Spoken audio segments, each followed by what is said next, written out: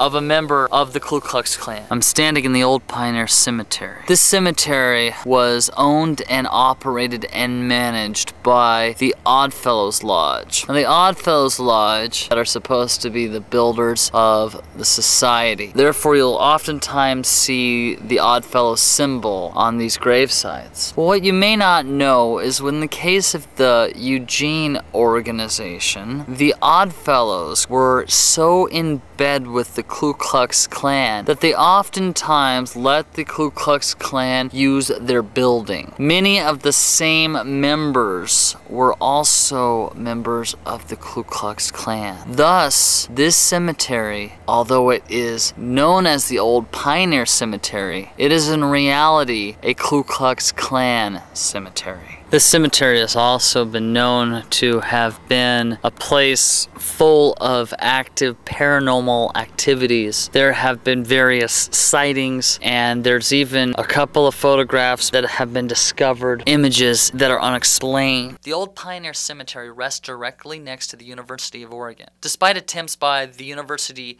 to build over or transplant the graves, the cemetery continues to hold many of the early founders of the territory. It features veterans from the Civil War and a veteran from the Revolutionary War. A few years past, the cemetery fell into a state of disrepair. People often disrespected the hallowed land, often littering, vandalizing, and even using the cemetery as a campground. During that time, there were a number of ghost sightings, apparitions, and unexplained photographic phenomena. Directly across the field from the Old Pioneer Cemetery stands Gerlinger Hall, originally known as the Women's Memorial Building. It was designed to house athletic activities for the women on campus in 1921. Named in 1929 after Irene Hazard Gerlinger, who was the chief fundraiser and advocate for the women at the University of Oregon. Gerlinger took upon the responsibility for the fundraising drive. Gerlinger Hall was built with a mix of private and state money for about $300,000. Construction began in August 1919 and ended May 1921. Irene Gerlinger managed a successful campaign among local leaders, business owners, and state politicians to build the women's building. Such donors were featured on a marble wall. At the bottom of the wall of donors is simply the word anonymous. Who was the anonymous donor? The answer is found in the archives of the University of Oregon.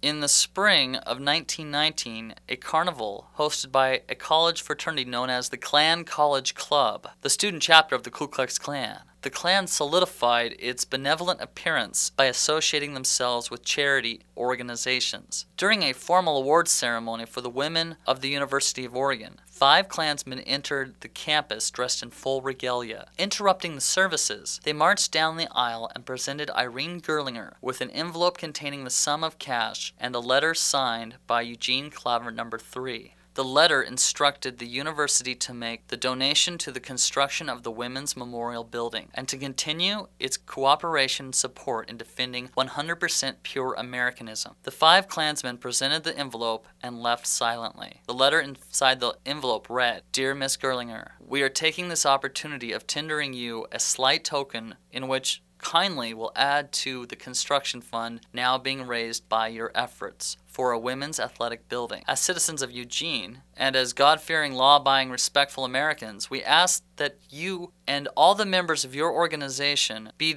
assured that we may be relied upon at all times to support to the limit the great work you are now entering into. With our sincerest best wishes for your success, we are, most respectfully yours, Eugene Claver No. 3, Knights of the Ku Klux Klan." The grand entrance of the Klansmen was designed to be mysterious, benevolent, and exciting to the students and administrators of the University of Oregon. It was a staged event that was successful in gaining local support. The following Eugene Morning Register published the University of Oregon administrator's remarks. "I can merely say that I have a deep feeling in my heart for the Klansmen, and that I am proud that men of the type these have proven themselves to be are in an organized effort to perpetuate true Americanism and the higher ideals. Their aim is indeed a modern crusade of righteousness and mercy, and my praise of that aim is unstinted. This act gave the Klan a benevolent appearance and therefore reinforced their role as moral reformers. The timing was impeccable,